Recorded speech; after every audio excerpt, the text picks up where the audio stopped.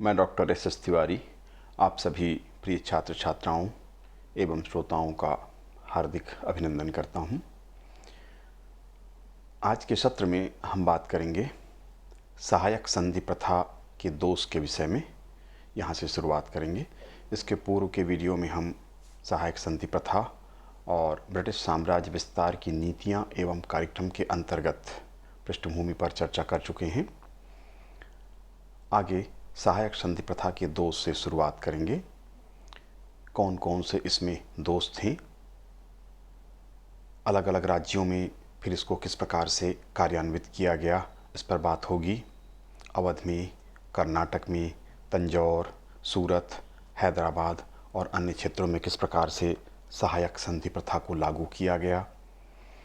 फिर सहायक संधि प्रथा का मूल्यांकन प्रस्तुत करेंगे और सहायक संधि प्रथा के पश्चात 1805 से 1848 तक लॉर्ड डलहौजी के आगमन के पूर्व, क्योंकि उनके आगमन के पश्चात उनके द्वारा हड़प नीति या व्यपगत नीति का अनुसरण किया गया था, तो एक विशेष नीति के रूप में अगले वीडियो में उसके बारे में बात करेंगे। तो उनके पहले तक 1805 से 1848 ईस्वी तक ब्रिटिश साम्राज्य विस्तार के लिए अलग अलग गवर्नर जनरलों के काल में किस प्रकार की नीतियाँ अख्तियार की गई थीं, अपनाई गई थीं, उसके विषय में हम चर्चा करेंगे। तो शुरुआत करते हैं सहायक संधि प्रथा के दोष से। देसी रियासतों की जनता पर कर का भार बढ़ गया था। सहायक संधि स्वीकारने के कारण देसी राजाओं को सैन्य व्यय हेतु अधिक धनराशि की आवश्यकता या व्यय के लिए अधिक धनराशि की मांग अंग्रेजों के द्वारा की जाती थी, प्रदान करनी होती थी इनको। इस कारण से देसी राजाओं के द्वारा जनता पर अधिक कर लगाकर उसकी वसूली की जाती थी, क्योंकि राजाओं के पास अलग से कोई संपत्ति थी नहीं। अतः जनता पर अंततः अधिक कर भार पड़ने लगा था। महत्वपूर्ण भूभाग अंग्रेजों को प्राप्त हो गए थे। सहायक सेना के व्यय हेतु धन प्रदान न कर पाने की स्थिति में अंग्रेजों के द्वारा इन देसी रियासतों से आर्थिक दृष्टि से महत्वपूर्ण एवं सामरिक दृष्टिकोण से महत्वपूर्ण स्थलों पर अधिकार किया जाने लगा था। ये इसका दोष था। तीसरी बात थी भारतीय नरेशों का विलासी हो जाना।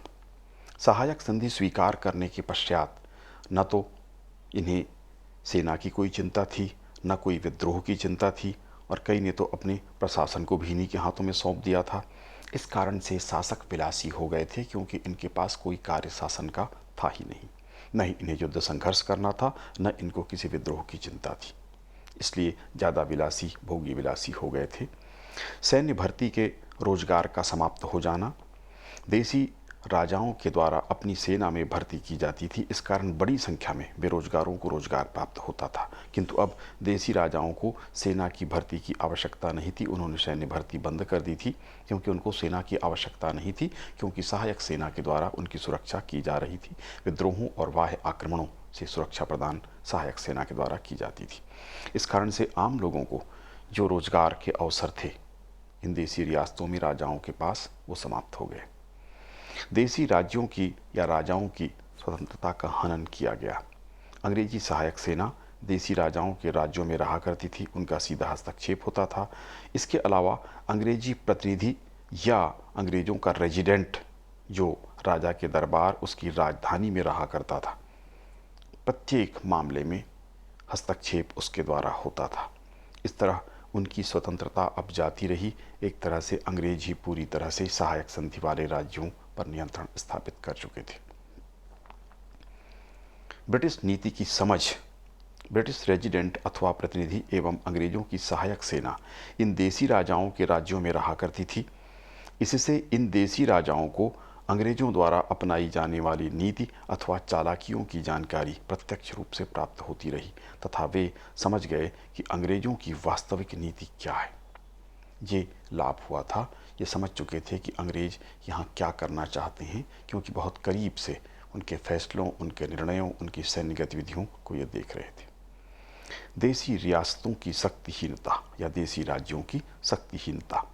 देसी राज्य शक्तिहीन होते गए और इसका कारण था कि उनको सुरक्षा का कोई उत्तरदायित्व नहीं था। केवल अंग्रेजों को धन देना होता था तथा सुरक्षा की व्यवस्था सहायक सेना के द्वारा अंग्रेज करते थे। इसी प्रकार से कोई विद्रोह हो, उसके लिए भी इनको सेना की आवश्यकता नहीं थी। धन देने के कारण ये आर्थिक रूप से कमज़ोर हुए और सैन्य शक्ति या सेना की भर्ती ही इन्होंने बंद कर दी, क्योंकि उसकी आवश्यकता इनको नहीं थी। इस तरह से सैनिक रूप से भी और आर्थिक रूप से, दोनों रूप से ये कमज़ोर होते गए। निर्बल तथा उत्पीड़क राज्यों की रक्षा। सहायक संधि के माध्यम से अंग्रेजों के द्वारा जो निर्बल राज्य थे अथवा जिन राज्यों के द्वारा अपनी जनता तथा अन्य राज्यों का उत्पीड़न किया जाता था अथवा आक्रमण किया जाता था, उन राज्यों को भी सैनिक मदद दी गई, या इस तरह की कार्यवाहियों में भी अंग्रेज सहायक सेना उनके साथ थी। यह भी एक दोष था। देसी नरेशों का दिवालिया होना।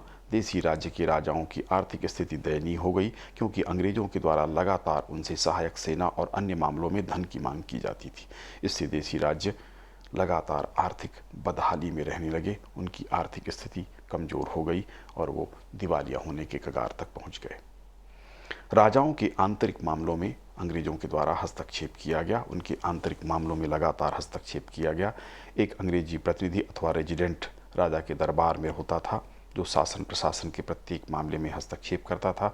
दूसरी ओर सहायक सेना भी राज्य के भीतर सीमा पर या राजधानी के पास रहा करती थी, उनके द्वारा भी लगातार हस्तक्षेप राज्य के आंतरिक मामलों में किया जाता था। तो ये दोष थे सहायक संधि की। अब हम देखेंगे कि सहायक संधि का क्रियान्वयन किस प्रकार से किया गया था। पहला था अवध के क्षेत्र में। अंग्रेजों से पराजित होने के बाद अवध का नवाब अंग्रेजों पर आश्रित हो गया था। 1765 तक अवध का नवाब अंग्रेजों का स्वामी भक्त रहा। वेलेजली के काल में अधिक आर्थिक बोझ नवाब पर डाला गया।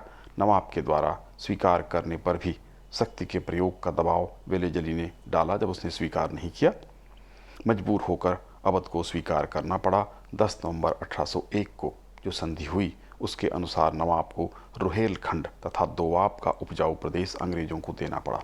कंपनी की शक्ति यहाँ पर और बढ़ गई तथा उसका हस्तक्षेप भी बढ़ गया। इस तरह से अवध के राज्य में हस्तक्षेप किया गया या सहायक संधि उसके साथ की गई। कर्नाटक का नवाब विलासी था तथा अधिक ऋणग्रस्त हो चुका था। उसकी आंतरिक दुर्बलताओं के कारण वेलेजली ने राजधानी अर्काट में हस्तक्षेप किया।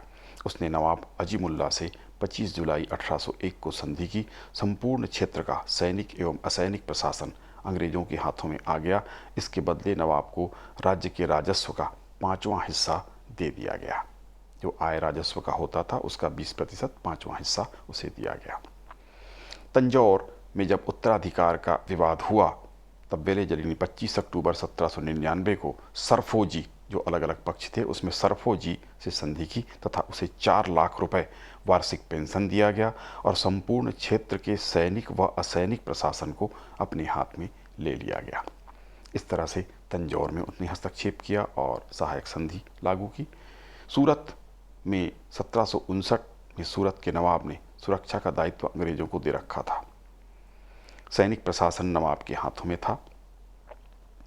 वेलेजली ने सूरत के नवाब पर दबाव डालकर उसे विवश किया तथा संपूर्ण प्रशासन व्यवस्था अपने नियंत्रण में ले लिया गया तथा नवाब को 10 लाख रुपए पेंशन निश्चित किया गया तथा राजस्व का 5वां हिस्सा भी, राजस्व के आय का 5वां हिस्सा भी उसको दिया गया। हैदराबाद 1768 से हैदराबाद के निजाम के साथ अंग्रेजों की मित्रता थी। 1795 में निजाम के राज्य पर मराठों द्वारा आक्रमण किया गया। अंग्रेजों की मदद प्राप्त करने का प्रयास निजाम के द्वारा किया गया, किंतु मदद प्राप्त न होने पर उसके द्वारा फ्रांसीसियों की मदद प्राप्त की गई। वेलेजली निजाम को फ्रांसीसियों से दूर रखना चाहता था। 1798 में निजाम से सहायक संधि का प्रस्ताव किया। सन 1800 ईस्वी में वेलेजली ने निजाम से पुनः सहायक संधि की और सेना के बदले निजाम ने मैसूर के राजस्व का एक हिस्सा अंग्रेजों को दिया। वेलेजली ने निजाम को वहां आक्रमणों से रक्षा हेतु आश्वस्त किया। मराठों के साथ भी इसी प्रकार से संधियां की गई। अलग अलग नेता हो गए थे मराठों में। लॉर्ड वेलेजली ने भारत को फ्रांसीसियों के प्रभाव से मुक्त करने का प्रयास किया गया। इस कारण मराठों के साथ समझौता आवश्यक मानता था। पूना की राजधानी में पेशवा के पद को लेकर हुए संघर्ष में मराठे 2 गुट में बट गए और एक ओर पेशवा बाजीराव द्वितीय तथा सिंधिया थे तथा दूसरी ओर होलकर तथा राघोबा का पुत्र अमृतराव थे। बाजीराव की इस संघर्ष में हार हुई अतः उसने 31 दिसंबर 1802 को वेलेजली से संपर्क किया तथा बेसिन की संधि कर ली। पेशवा ने 6000 पैदल सैनिकों और तोपखाना के बदले 26 लाख रुपए वार्षिक आमदनी वाला क्षेत्र अंग्रेजों को देना स्वीकार किया। अंग्रेजों की सहायता से बाजीराव द्वितीय पेशवा बन गया, परंतु सिंधिया और भोसले ने इसे आपत्तिजनक माना। उन्होंने अंग्रेजों से संघर्ष किया। भोसले ने संघर्ष किया और पराजित होकर 17 दिसंबर 1803 को अंग्रेजों से देवगांव की संधि की। सिंधिया को भी 30 दिसंबर 1803 को सुरजी अर्जुन गांव की संधि पर हस्ताक्षर करने पड़े। पराजित होने के बाद भोसले तथा सिंधिया ने अपने महत्वपूर्ण प्रदेश अंग्रेजों को प्रदान किए तथा सहायक संधि की शर्तों को स्वीकार कर लिया। इस तरह से महत्वपूर्ण राज्य थे। सभी महत्वपूर्ण राज्यों के साथ सहायक संधि स्थापित कर ली गई। इसका मूल्यांकन कर लेते हैं। सशक्त अंग्रेजी सेना का निर्माण किया गया। वेलेजली की सहायक संधि से अंग्रेजों की सेना सशक्त हुई। प्रत्येक राज्य जिसके साथ सहायक संधि की गई उसके राज्य की रक्षा हेतु अंग्रेजों द्वारा सैनिक टुकड़ी रखी जाने लगी, जिसका व्यय देशी राज्यों के द्वारा किया जाने लगा। इस तरह एक सशक्त अंग्रेजी सेना तैयार करने में अंग्रेज सफल रहे सहायक संधि के माध्यम से। देशी राज्यों को कमज़ोर बनाना। अंग्रेजों द्वारा सहायक संधि के माध्यम से देशी राज्यों को अशक्त बना दिया गया। आर्थिक और राजनीतिक दृष्टि से वे बहुत कमज़ोर हुए। सैन्य दृष्टिकोण से उनकी स्थिति दयनीय हो गई, क्योंकि वो सेना की ओर उनका कोई ध्यान नहीं था, क्योंकि उनकी सुरक्षा बाहरी आक्रमणों से और आंतरिक विद्रोहों से अंग्रेज कर रहे थे, सहायक सेना के माध्यम से कर रहे थे। ब्रिटिश साम्राज्य का विस्तार हुआ। सहायक संधि के माध्यम से ब्रिटिश कंपनी ने अपने साम्राज्य का विस्तार किया तथा धीरे धीरे उनका साम्राज्य भारत के अधिकांश हिस्सों में कायम हो गया। ये भी सहायक संधि से बड़ा लाभ उनको हुआ। कंपनी को अत्यधिक लाभ हुआ। इस सहायक संधि के माध्यम से ब्रिटिश कंपनी को अत्यधिक धन लाभ हुआ। राजनैतिक दृष्टिकोण से सफल हुए। सामरिक दृष्टिकोण से महत्वपूर्ण स्थल उन्हें प्राप्त हुए। राजस्व वसूली के लिए अनेक क्षेत्र उन्हें प्राप्त हुए। उन्हें उनके सैन्य शक्ति में विस्तार हुआ। उनका व्यापार कई गुना बढ़ चुका था। इस तरह अंग्रेजों को इस संधि से बहुत सारे लाभ प्राप्त हुए थे। P.E. रॉबर्ट्स के अनुसार अंग्रेज कोई व्यय किए बिना विशाल सेना रक्षा में सक्षम हुए। यह सेना सदैव तत्पर रहती थी, त्वरित आदेश पर किसी भी दिशा में सक्रिय कार्यवाही के लिए सतर्क रहती थी। इस तरह से बिना व्यय किए उन्होंने एक विशाल साम्राज्य भी कायम किया, विशाल सेना भी खड़ी कर दी। ये सहायक संधि का लाभ इनको प्राप्त हुआ था। अब सहायक संधि के पश्चात 1805 से 1848 ईस्वी तक लॉर्ड वेलेजली की बात से लेकर और लॉर्ड डलहौजी के आगमन के पूर्व तक साम्राज्य विस्तार किस प्रकार किया गया और इस संबंध में क्या नीति रही थी। पहली नीति रही थी तटस्थता एवं अहस्तक्षेप की नीति। लॉर्ड वेलेजली की नीति कंपनी के उच्च अधिकारियों को पसंद नहीं आई, अतः लॉर्ड कॉर्नवालिस को पुनः भारत भेजा गया। यद्यपि वह ज़्यादा समय तक भारत में नहीं रह सका, 1805 में ही वह मृत्यु को प्राप्त हो गया, लेकिन लॉर्ड कॉर्नवालिस ने मराठों से युद्ध बंद किया। सर जॉर्ज बार्लो ने 1805 से 1807, लॉर्ड मिंटो ने 1807 से 1813 तक इन दोनों गवर्नर जनरलों के द्वारा तटस्थता और अहस्तक्षेप की नीति का अनुसरण किया गया। लॉर्ड हेस्टिंग्स साम्राज्यवाद नीति के बारे में देखेंगे। लॉर्ड हेस्टिंग्स के द्वारा नेपाल के साथ संघर्ष किया गया तथा मार्च 1816 में सुगौली की संधि की गई। इसके अनुसार गोरखों के साथ जो संधि हुई उसमें गढ़वाल और कुमाऊं के क्षेत्र जिले जो थे और एक तराई का बड़ा हिस्सा अंग्रेजों को प्राप्त हुआ। इससे कंपनी की सीमाएं हिमालय पर्वत तक पहुंच गईं। हेस्टिंग्स के आगमन के समय मराठे सक्रिय थे। वेलेजली के द्वारा मराठों की शक्ति को तहस नहस कर दिया गया था, किंतु उसकी शक्ति पूरी तरह नष्ट नहीं हुई थी। हेस्टिंग्स ने मराठों के आंतरिक कलह और दुर्बलता का लाभ उठाकर उन्हें निर्णायक रूप से पराजित करना चाहा। वेलेजली के समय पेशवा, सिंधिया, होलकर और भोसले ने अंग्रेजों से जो संधियां की वह मजबूरी में की गई थी। वह इनके बोझ से बचना चाहते थे। अंग्रेजों और मराठों में युद्ध अवश्यंभावी था। 1817 ईस्वी को पेशवा को नई संधि पर हस्ताक्षर के लिए विवश किया गया। उसने मराठा जो संघ था के सभी सदस्यों को कंपनी की शर्तों को स्वीकार करने को विवश किया। मराठा सरदारों के द्वारा अनेक क्षेत्र कंपनी को दिए गए।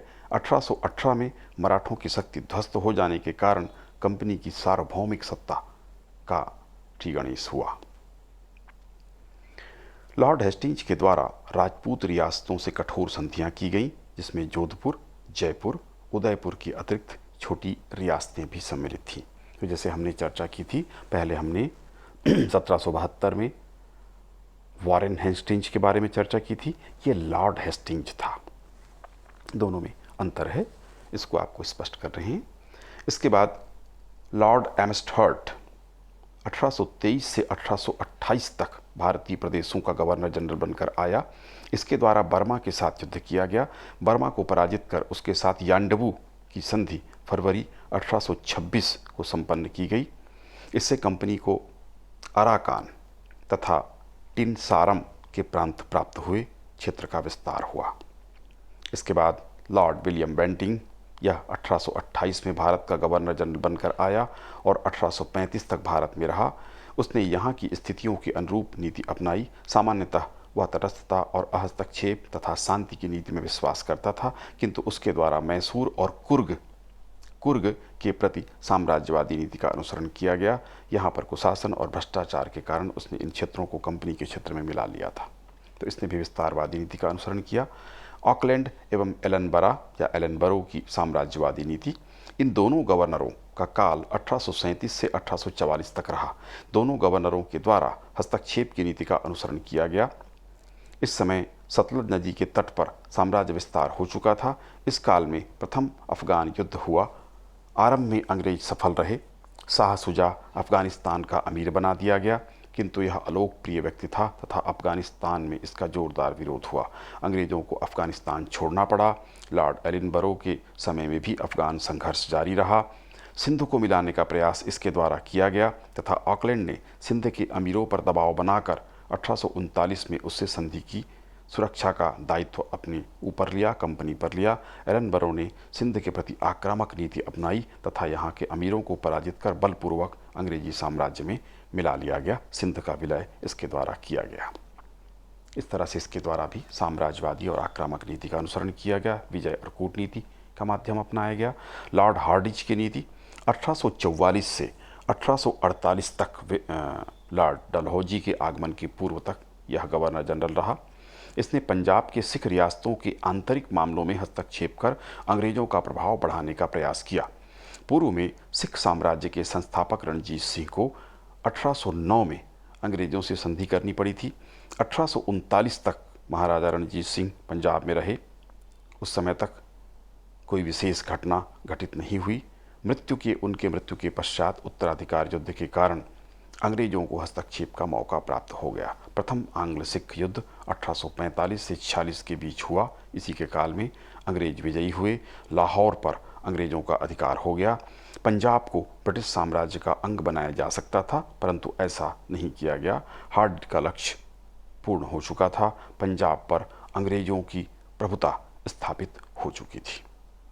इस तरह से 1848 तक की स्थिति थी, जिसमें अलग अलग गवर्नर जनरलों के द्वारा अलग अलग नीतियों को अपनाया गया। ज़्यादातर अंग्रेज जो गवर्नर जनरल थे उनके द्वारा हस्तक्षेप करने की नीति का अनुसरण किया गया, किंतु कुछ गवर्नर जनरलों के द्वारा, जैसे हमने चर्चा की, अहस्तक्षेप की नीति का भी अनुसरण किया गया था, अनाक्रामक नीति का अनुसरण किया गया था। इस तरह से मिली जुली नीतियाँ हमने देखी। ये वेलेजली के पश्चात से लेकर लॉर्ड डलहौजी, ये दोनों घोर साम्राज्यवादी व्यक्ति थे, गवर्नर जनरल थे। इनके बीच की नीति थी। इस समय किस तरह की नीतियाँ अपनाई गईं उसका हमने अध्ययन किया। अगले वीडियो में हम लॉर्ड डलहौजी की हड़प नीति के विषय में विस्तार पूर्वक चर्चा करेंगे, क्योंकि वह घोर साम्राज्यवादी व्यक्ति था और लॉर्ड डलहौजी के भारत से जाने के बाद तुरंत बाद स्थितियां बड़ी गंभीर हो गई थीं। और आप सभी परिचित हैं कि 1857 की क्रांति उसके तुरंत बाद हुई थी, क्योंकि उसकी जो साम्राज्यवादी नीति रही थी उसका विरोध शुरू हुआ था। एक तो सहायक संधि एक प्रमुख नीति थी, और लॉर्ड डलहौजी की जो हड़प नीति या व्यपगत नीति या उत्तराधिकार के नियमों को, भारतीय जो नियम थे उसको स्वीकार न करने की नीति थी, उस बात को लेकर के ज़बरदस्त विरोध भारतीयों के द्वारा, भारतीय नरेशों, भारतीय जो देसी रियासतें थीं उनके द्वारा किया जाने लगा था। उसके कारण 1857 की क्रांति हुई थी। तो अगले वीडियो में हम लॉर्ड डलहौजी कि क्या नीति थी, उसके क्या प्रभाव थे, क्या कारण थे उसके, किस प्रकार उसने लागू किया, और उसके बाद भी 1857 के बाद किस प्रकार की नीति अपनाई गई, उसके बारे में अगले वीडियो में हम चर्चा करेंगे।